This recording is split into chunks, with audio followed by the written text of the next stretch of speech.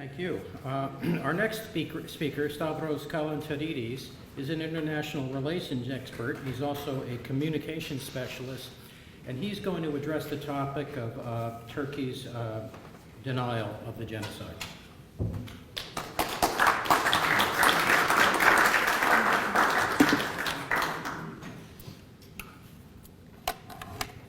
Thank you so much. I'm so glad to be here, and thank you for the honor of having me.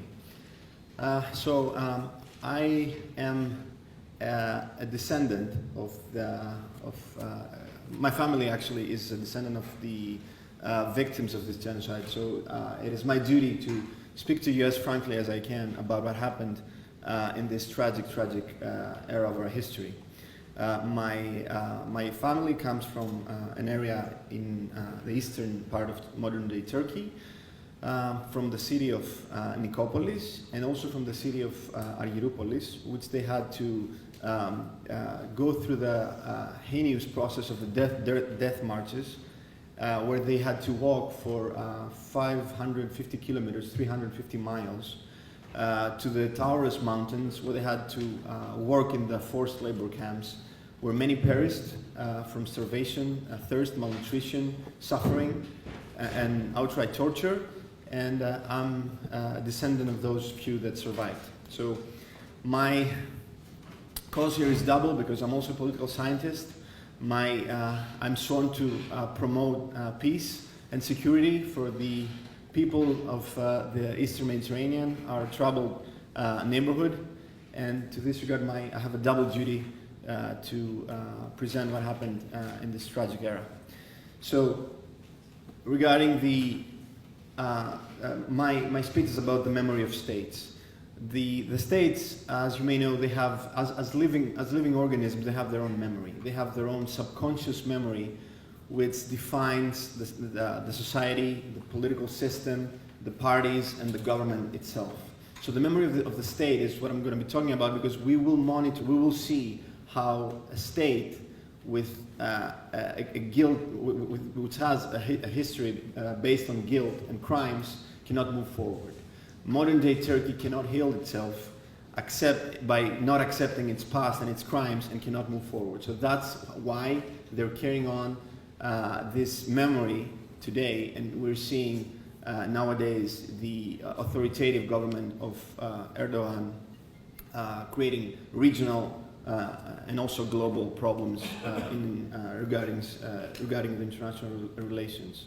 So to start, just a quick summary of the crimes that have been committed in this area from Turkey, beginning in 1914 in Eastern Thrace, Armenia, 1915, this is something that you're well aware of. Asia Minor and Pontus is what we're discussing about today, and this is a process, a genocidal process that began in 1914 and didn't stop until 1999. Moving on, the Great Fire of Smyrna in 1922. The 1942, the Constantinople wealth tax, which I will be speaking more about that later. This is a really important point. The Constantinople pogrom in 1955, where the Turkish government created a propaganda leaking into the press that the Greeks have been targeting the historic building, the historic site of Mustafa Kemal's birthplace in Thessaloniki. The Turkish government leaked that the Greeks have assaulted that building. The Greeks did not do such thing, but that actually led to the assaults in the Constantinople Greeks from the Turks in the city. So it was an orchestrated pogrom that it was instigated by the Turkish government. Also, in the 1964 the deportations of 60,000 Greeks. 60,000 Greeks had to leave their homes from Constantinople in 1964 because of the Turkish government policies in the area. With no provocation, none whatsoever, the Turkish government continued its genocidal policies toward Christian minorities, specifically Greeks, and they deported 6,000 people in 1 year only.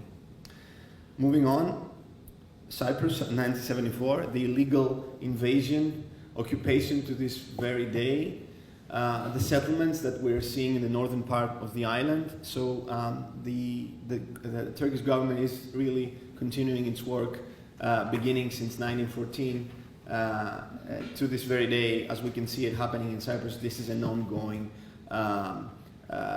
assault to the Christian minorities, the Christian people in the island that had to become refugees in their own island. So they had to leave the northern part of Cyprus to the southern part, and this occupation and settlements is ongoing to this very day. And the second act of this genocidal policy, because this is something that Turkey cannot move forward until it acknowledges and accepts, apologizes, and do the proper necessary moves towards the victims, to acknowledge and do the reparations regarding what happened. So this is ongoing, and we can see that ongoing also in Syria, in Afrin, which is a city in Syria. This city had 75% Kurdish population, and after the Turks invaded and took over the city, now we see the city having only 15% of Kurdish population, which is a clear example of ethnic engineering, and this is ongoing. It has not stopped since 1919 up to this very day in Cyprus and Afrin. You can see that in Greeks in Cyprus and in the Syrian Kurds as well. So this is the memory of this state. This is how it has been unfolding. You can see it in how it moves through the ages. It's not changing, and it's not changing because the country, its memory cannot move forward. That's why we're talking about these things today. That's why it's important to mention some historical facts as well. So moving forward, I would like to speak about. I'd like to talk about three different incidents in history that they're not as known as they should be. So this right here is Nurettin Pasha, and he's being photographed with Mustafa Kemal, as you can see by yourselves. And this person, he was appointed leader by the Turkish parliament of the Central Army. That's how they call it in Amasya, Turkey.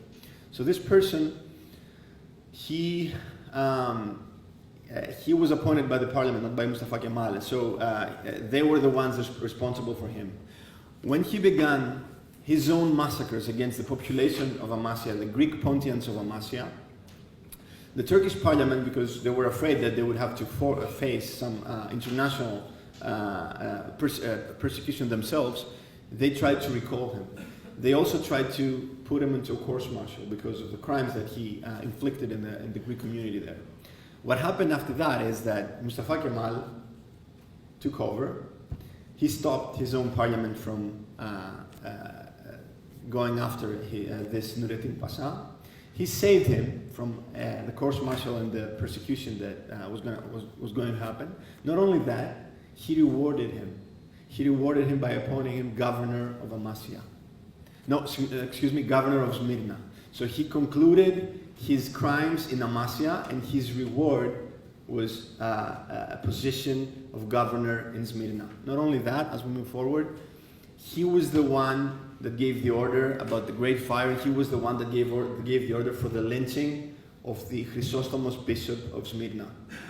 This person was the one that was rewarded by the official state of Turkey after committing his crimes to continue with the Great Fire of Smyrna, the catastrophe of Smyrna, and the lynching of the Greek Orthodox bishop Chrysostomos of Smyrna. So moving forward, I mentioned in 1942 the wealth tax. This is extremely important how it relates to what happened in the genocide era. So in 1942, the Turkish government initiated a wealth tax program. They targeted Christians in Constantinople, and they made them pay a tax that was as high as the actual property tax that they had in the city. So they had to repay their own properties. This was obviously something that not all of the members of the community could do. Some of them did. They took loans and they had to rebuy their own property because they wanted to evict them from the city, but most of them did not. Do you know what happened to those that they didn't have the money to rebuy their own property? Ameleta buru. The varlik vargesi, which is the wealth tax, led to a policy that came back to us from the genocide era. So you can see the links from 1914 to 1942. More than 30 years later, the Turkish government created a new forced labor camp just for the people that didn't have, Christian people, Greek people that didn't have the opportunity to pay back their own homes. So you can see that the policies are repeating themselves because the country is not moving forward. Since they don't have the recognition of their crimes, they keep repeating the same tortures to the Christian minorities, specifically the Greeks in Constantinople, Asia Minor, and Pontus. So moving forward, another it's an incident that it's not really known to the public, and I'd like to point this out as well. In 1919, we had the Malta court-martials. These trials are really important because after the first phase of the genocide, the Armenians, they managed through their allies in the West to push the Sultan and begin a court-martial case for all the major war crime, the people responsible for the war crime. I wouldn't say generals because they were brutal killers. So these people like Talat and Ver and Jalal, they had to face this court-martial because of the crimes that they inflicted. The Armenians were behind this effort, and this whole trial had legitimacy by the Sultan. So these trials began. These people were being convicted, and they were about to face execution by hanging. But what happened is that Mustafa Kemal utilized the dissent of the people. The people reacted against this. The Turkish people reacted against these trials in their own grounds, in their own country. So what happened is that the British people took these 200 officials that they were being accused of genocide, and they transferred them to Malta to continue the court-martials trials there. So what happened is after that, Mustafa Kemal abducted 22 British people in Turkey. So 5 of them were British military personnel. So he abducted them to keep them as hostage and asked from the British to do a transfer exchange. He said that I'm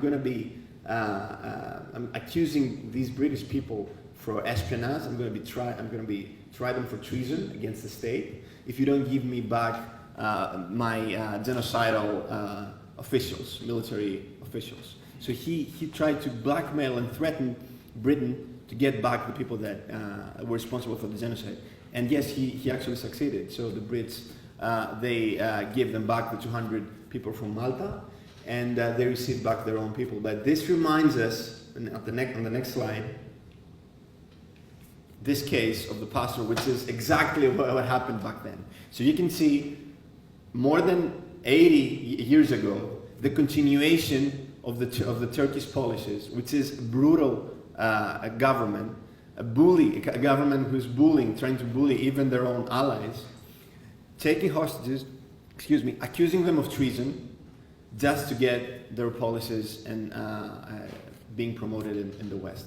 So these common tactics is what we're witnessing today, and the roots of that, if you want to see why Turkey is behaving like that, is because of its criminal past, and the way to move forward and stop seeing these tactics and behaviors in Turkey is to recognize the genocide.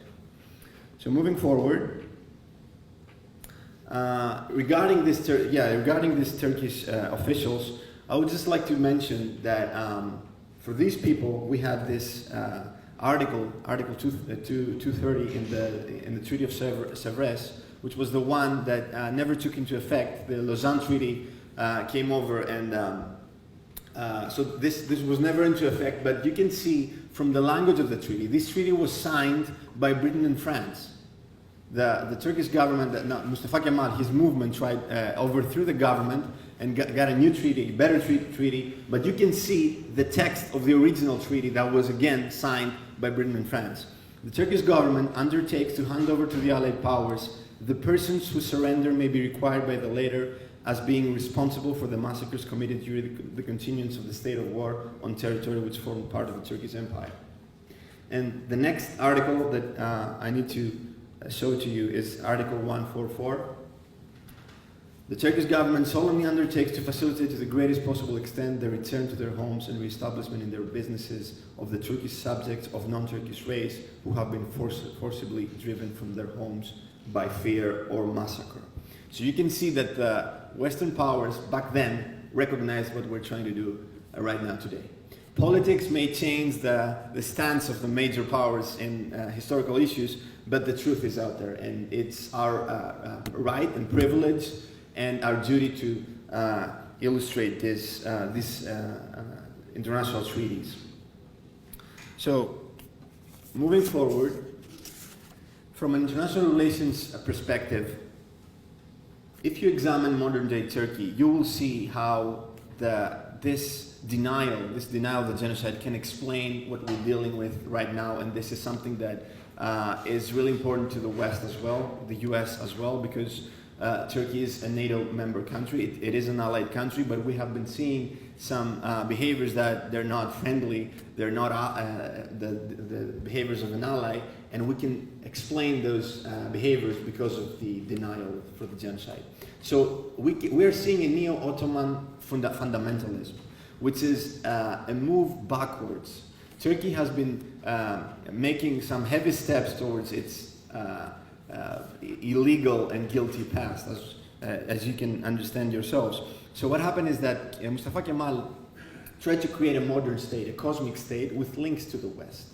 That was his purpose, that was his vision, that was his heritage, if you will. But since 2002,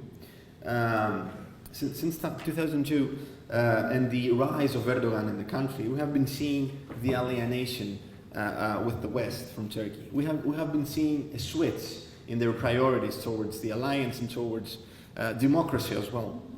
So we have been seeing an aggression towards Israel, which has been ongoing since 2011, 2012.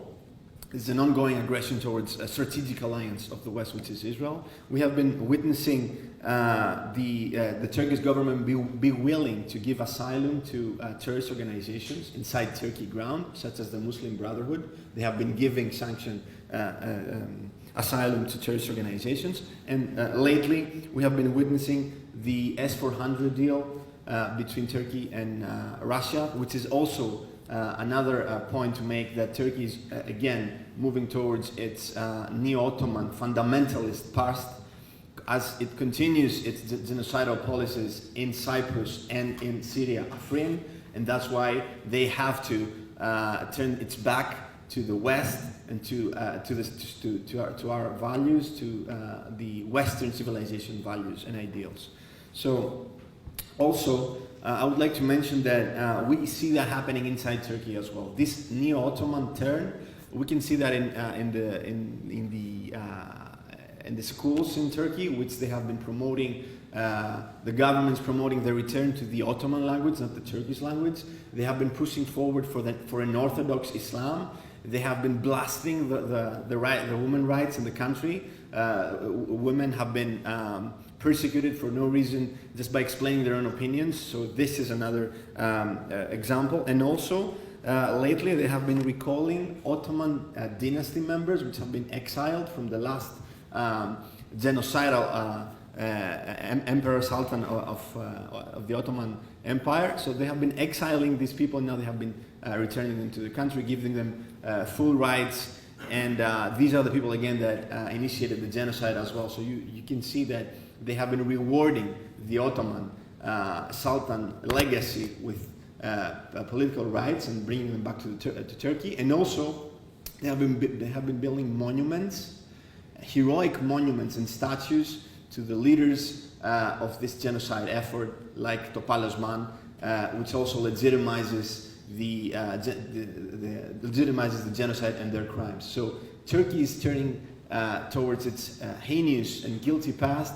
It accepts it and tries to promote it as well, which is an affront to every free-thinking human being in the world. So a really important, let's go one slide back. A really important point to make is that by the words of the President of the Turkish Republic himself, Turkey is now a continuation of the Ottoman Republic. This is really important for our cause and for the recognition of the Christian minorities and the Pontian Greeks specific, because as the successor of the Ottoman Empire, the Turkish state has international juridical obligations, because the responsibility for crimes under international law falls upon the state that commits them as well as its successor.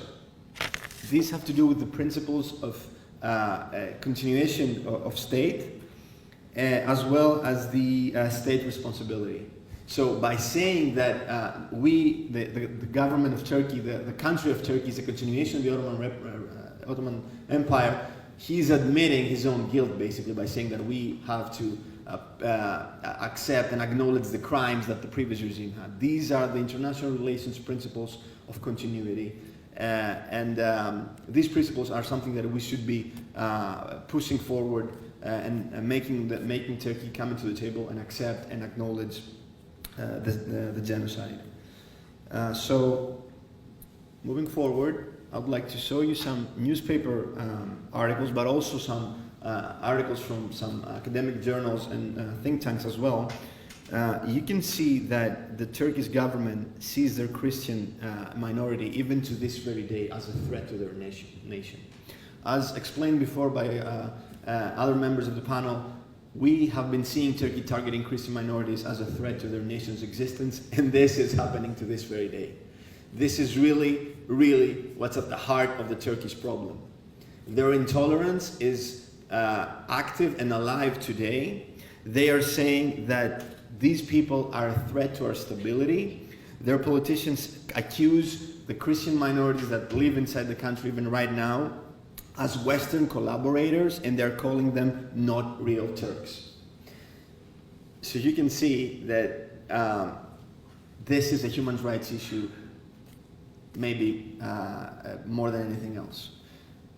One of the most important issues for us as well is the Hagia Sophia, which last year the president of Turkey threatened us that he will turn the Christian church into a mosque.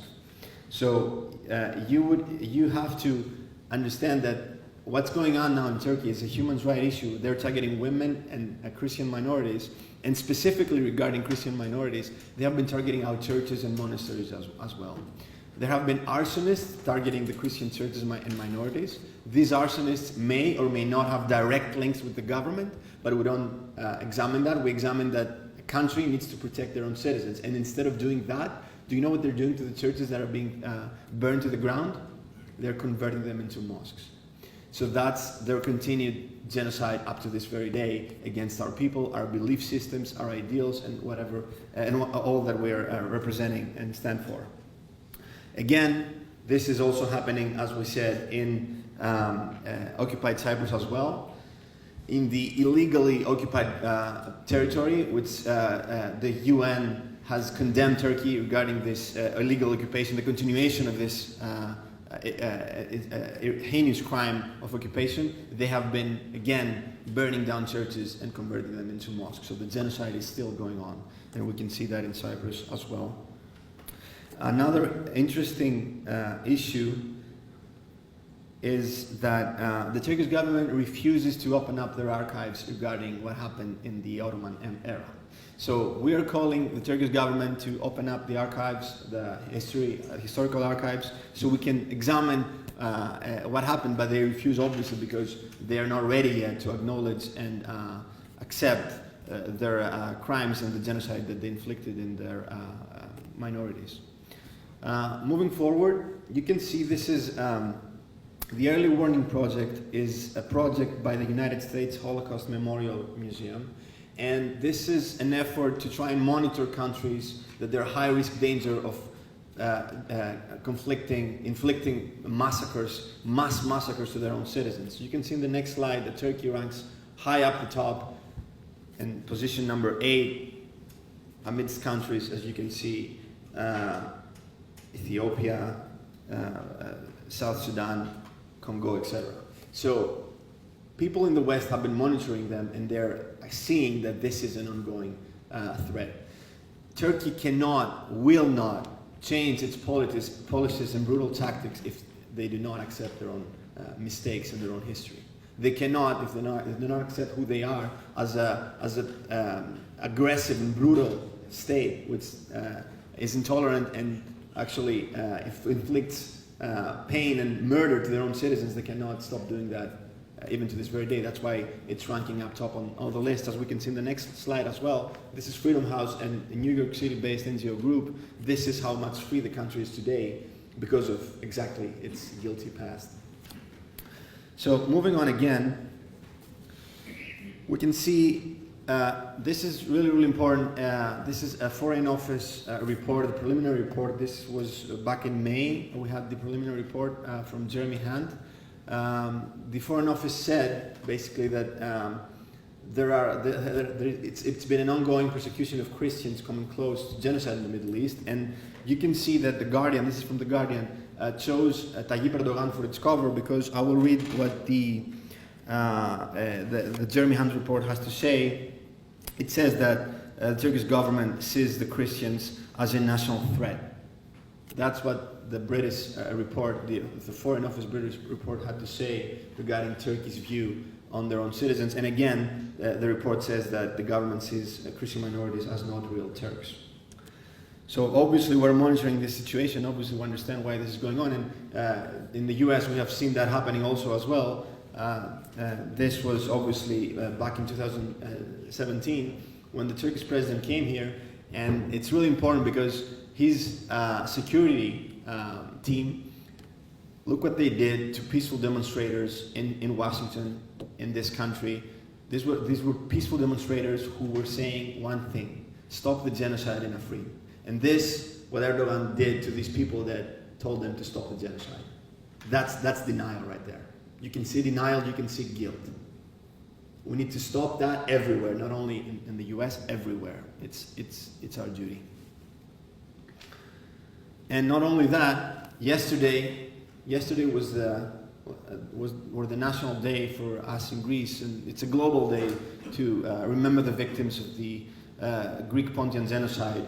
And we have chosen this day because that was the day. One slide before. This was the day that Mustafa Kemal arrived in Amissos, Samsun, and began the second stage of the massacres of the genocide. And this was the day that the Turkish government decided to have this kind of an event in Amissos, in that city. You can see the flags, the Turkish flags. This is a 1.5 mile long people's flag, people red flag, which reminds, to me, it seems like the Red River of blood that covered the city of Amissos, which is a disgrace. This is an affront. This is an assault to our memory, to the memory of the victims, and they did that in purpose, and they did that to deny, as openly as they can, their own crimes and the genocide they committed. So another preposterous argument that this genocidal policy, if we do not stop it right here, right now, will continue on, is what the Turkish president said on April, because that's the day that we celebrate, we remember the Armenian genocide. He said that there would not be millions of Armenians living around the world today if the genocide cases were true, this is preposterous. This is not fun. This is preposterous. Can you imagine a German chancellor saying that there's no Holocaust because there are so many Jewish people around the world? This is the exact same thing. These people, they're government officials. They're not crazy. They know exactly what they're doing. They're denials. They're basically promoting modern day killing in Afrin and Cyprus, and that's where they're basing their facts. That's their truth. This is preposterous. So on the other side of the story, I would like to do a quick comparison to what happened in Germany, because this is a really important issue to examine a country that actually accepted the crimes that were committed by the Nazi regime, and how that turned out for the country to this day. So we're seeing in this picture, in 1970, the then Chancellor Willy Brandt visited Warsaw.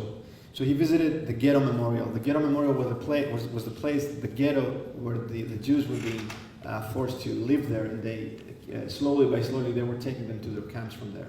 So the Jewish people, they realized that there were all of them, they were leaving, but they were being led to the camps and they were being killed, so they did an uprising. So in that place of the uprising, they built a monument. So Willy Brandt came to the monument and he kneeled to that monument. Nobody knew what he was going to say, nobody knew what he was going to do, but that's what he did. He accepted everything. He accepted everything and he kneeled in that monument, accepting the genocide and trying to heal his own nation first. So the same thing happened, one slide, the same thing happened when the German president came in Kalavrita, where the Nazis killed Greeks, and there's a museum there as well. So the German president came there and also expressed a sincere apology and tried to heal the wounds between our two nations, inviting students from Kalavrita to Germany and vice versa, and expressing his deep sorrow and regret for what happened in the Nazi era. This is a country that it's accepting its own past and now is a leading country in Europe and in the West as well. So what happened is that after the Nuremberg trials and the extreme political pressure applied to Germany after World War II, Germany provided ample proof of its remorse, regret, guilt, and repentance. This substantial acceptance and the reparations that were being made to the victims led to the complete reformation of the German state after World War II. The German state had a structure, values and belief systems that were linked with democracy in the West. We saw a reformation of its decision-making processes, a separation of balance, a separation and a balance of powers, which is non-existent in Turkey. And we also saw that the political system became more open, more democratic, and that's when the memory of the state changed as well. That's when society changed as well. By changing your political system, your forms of government, by accepting your past, you can change the memory of your state, the society as well, and move forward as a nation in a peaceful coexistence with your fellow countries. So again, we have to say that there are many countries that have recognized mistakes committed by prior governments in the past and have issued formal apologies to the victims and their survivors, including Germany, Austria, Canada, and more recently Australia. On February 2008, Australian Prime Minister Kevin Rudd issued an apology to Aboriginal Australians. So this is pretty recent. This is the modern response in international relations towards genocide and the massacres of the past and how to move forward.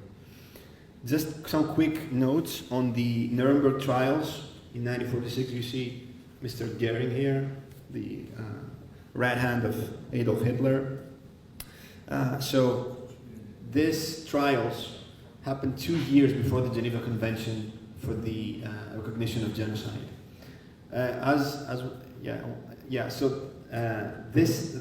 Raphael Lemkin indeed coined the term genocide. Some people think that this word has to do with two words, one Greek and one Latin. Geno means yenos, which is Laos, people, and kaedo, which means to kill in Latin. That's not correct. It's from two Greek words. Indeed, Geno, which means people, and ktino, which means to kill. So the Latin word comes from the Greek word. So it's a Greek word that we're fighting for here. It's a complete Greek word. So moving forward, this convention in 1948 took place, and this is extremely important to us that we're studying international law, because what happened here is unique in human history. 2 years after the trials, retroactively, the UN General Assembly unanimously accepted the term and said that what happened in the Holocaust was a genocide. So this is the first time in human history that there is a retroactive effect application of international law to a crime. That's why it's so important. That's why it's so a heinous crime. Genocide.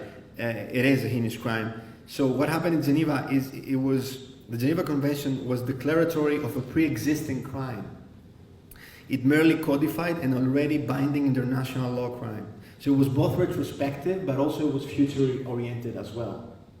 This is unique in international law history, and that's why this recognition is really, really important to us, and even today. So this is a current issue. We can never forget about genocides. The Geneva Convention made sure about that it can move towards the past or towards the future. This is something that we can never forget. It never goes away. So, my final remarks. We have many countries in the world. I have mentioned some in my speech and here in this slide, and also many US states that they haven't recognized the genocide. It's really important to understand that some temporary political alliances stop nations of doing the right thing. So political leaders most of the time think on the short term.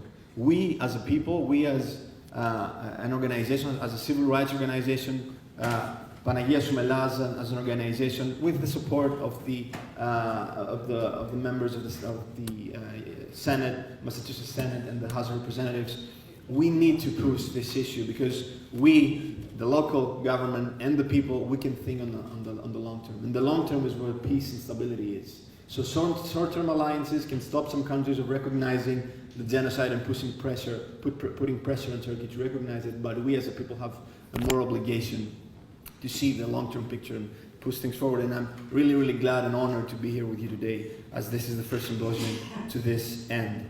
So, 100 years later, the human civilization and the civilized humanity needs to call on all the great political forces of the world to recognize the genocide of the 353,000 Pontian Greeks, and then sequentially to put international pressure on Turkey as well to recognize the genocide internally and accept its criminal past.